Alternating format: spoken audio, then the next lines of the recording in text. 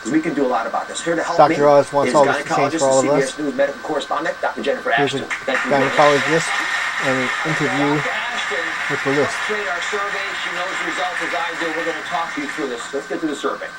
We asked if you'd like to be having more sex or less sex than now.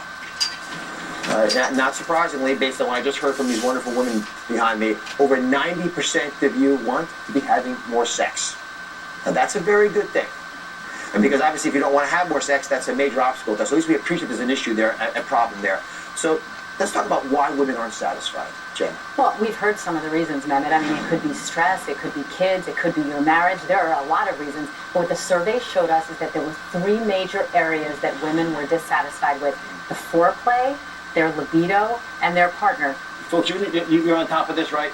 You're on good. A lot of heads waving. Good. All right, so reason number 1 that women aren't satisfied is foreplay. Now, I want the men to pay attention to this. I was surprised, shocked, stunned, speechless at how long women expected foreplay to last. And I think I'm speaking for all the men out there that just caught me a little off guard. 58% said that it should be 10 to 30 minutes.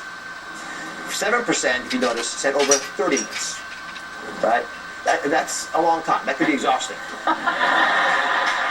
So, Zara, talk to me a little bit about your personal life. I mean, what's the amount of foreplay you think will be a reasonable amount?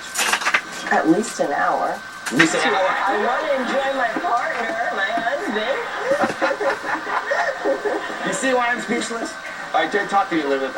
As a gynecologist, an expert in this area, how long should foreplay really last? Well, there's no magic number. I mean, I think it does differ for everyone. But, you know, good things come to those who wait. And it actually takes some time, all joking aside, for the signals that we get to get those glands secreting the fluids that they need for good lubrication. That takes time. So 30 minutes, you might have to work for it. So yeah, it's okay. But so women should be greedy about that. They should know their body well enough to expect that. And that should be, I think, both lives. Okay. Second thing that sort of surprised me was what women consider an aphrodisiac. Now this is, again, something that most men will not have on their radar screen. It turns out, let's see the result, that women had equally valued having their partner help around the house and actually tied having wine. So Jen, what do you suggest for this? Again, this can differ for everyone. I have a little box of tricks here, so I need you to help me with this, Mehmet. We're going to bring it up. I call it the 3 S's. Sleep is not in here.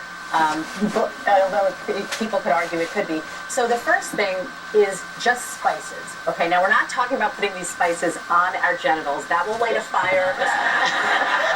Note to self. Yeah, the kind we don't want.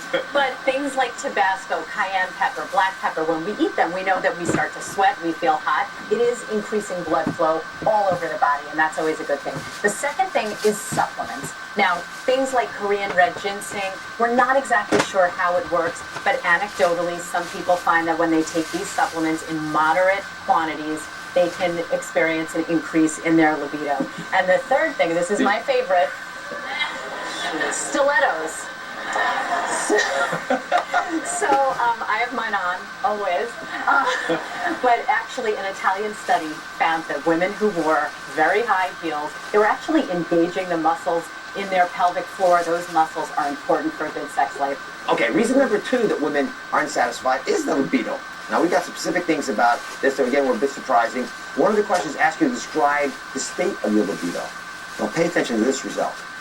Can you put it up there, guys? 52%.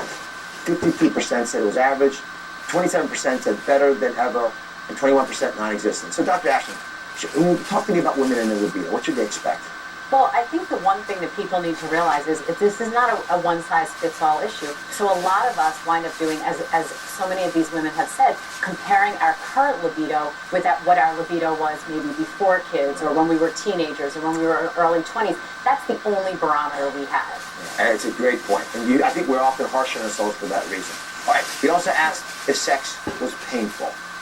And this is a very serious topic. Well, what about your libido and the sex painful? A national sex survey by Dr. Oz. Well, you know, 53% all or some of the time they had pain, 47% never. Well, what's the game? Does that ever occur when you're having intercourse? That's what I'm experiencing.